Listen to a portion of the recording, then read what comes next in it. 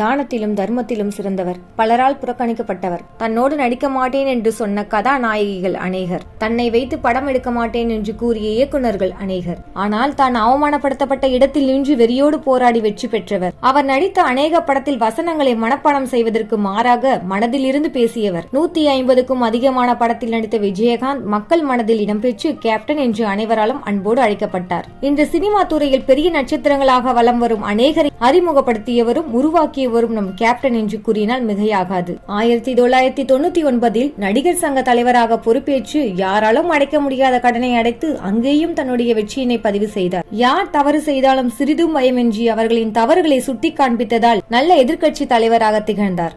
எவ்வளவு பெரிய உயர்ந்த இடத்தில் சென்றாலும் கடைக்கோடியில் உள்ள மக்கள் வரை அனைவரிடமும் அன்பாக பழகியவர் நம் கேப்டன் அவர்கள். மக்களுக்காக ஓடி ஓடி தன் உடல் நலக்குறைவினால் சிறிது நாள் ஓய்வெடுத்தவர் நிரந்தரமாக இப்போது ஓய்வெடுக்க சென்றுள்ளார்.